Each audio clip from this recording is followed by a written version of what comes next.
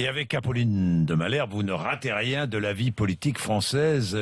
Ça s'accélère. Hein. Bonjour Apolline. Bonjour Jean-Jacques. De tous les côtés. Tout à l'heure, je reçois Pierre Laurent à propos des primaires de gauche, à propos de la déchéance de nationalité, de la dégressivité des indemnités chômage. Mais parlons de Nicolas Sarkozy, de son livre. Il est parti pour un tour de France, lui aussi.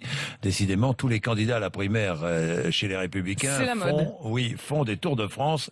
Il cherche à renouer le fil avec les Français. Oui, parce qu'il sait que ce fil, il sait pour renouer le fil. Exactement. Pour l'instant, il va plutôt sur le terrain, mais il sait que ce fil, il sait effectivement dénouer. Il le dit dans son livre et il le confie à ses proches. Il dit: je veux retrouver un contact direct. C'est d'ailleurs la feuille de route qu'il avait donnée à Éric Woerth, qui organisait le déplacement hier.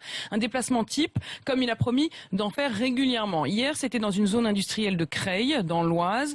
Il a d'abord déjeuné avec des élus, avec un jeu de questions-réponses. Il a ensuite été à Pôle emploi, où il a passé du temps avec tous les employés de Pôle emploi, une sorte de table ronde, et il est ensuite rentré dans les bureaux. L'autorisation a été donnée aux employés de Pôle emploi de recevoir en quelque sorte Nicolas Sarkozy et de lui faire découvrir aussi leur job le matin même. Il leur a posé des questions. Est-ce que vous préférez des gens qui sortent d'apprentissage ou de bac pro? Est-ce qu'il y a des gens qui ne veulent pas travailler? Un peu cliché. Non, lui ont répondu les employés de Pôle emploi, mais des gens totalement découragés, alors ça oui. Et puis ensuite, direction Cultura, un grand magasin de produits culturels pour signer son livre. Il devait y rester 1h30, il y est resté 1 heure de plus. Vous voulez dire que l'homme pressé prend son temps? C'est exactement ça. Je croyais que c'était discret, ces déplacements, à l'abri des journalistes, on nous avait dit. C'est semi-discret, il y en a plus discret que d'autres. Mais ce qui est sûr, c'est qu'en tout cas, prendre son temps, c'est plutôt nouveau pour Nicolas Sarkozy. Et ce qui est sûr, c'est qu'il a raison. C'est sans doute la clé. Des déplacements avec lui, j'en ai fait beaucoup, m'a dit l'un de ceux qui étaient avec lui hier,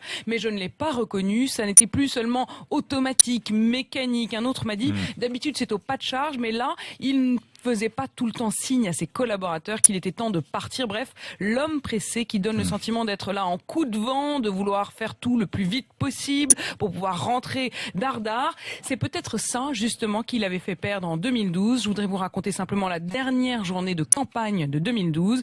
Lui, il a fait un meeting au Sable d'Olonne. C'était à midi. À 14h, il reprenait la direction de Paris et on ne l'a plus vu de la journée. Eh bien, ce même vendredi dernier de la campagne de 2012, François Hollande, lui, il a fait 2 meetings dans 2 coins de France. Et le dernier meeting, il est resté sur les planches le plus tard possible. Il regardait sa montre et il disait: il me reste 1 heure pour vous convaincre. Puis, il me reste 1 demi-heure pour vous convaincre. Il me reste 5 minutes pour vous convaincre. À 23h55, 5 dernières minutes de la campagne officielle de 2012, François Hollande faisait encore campagne quand Nicolas Sarkozy, lui, était couché depuis longtemps. Oui. 7h24. Merci Apolline. 7h24.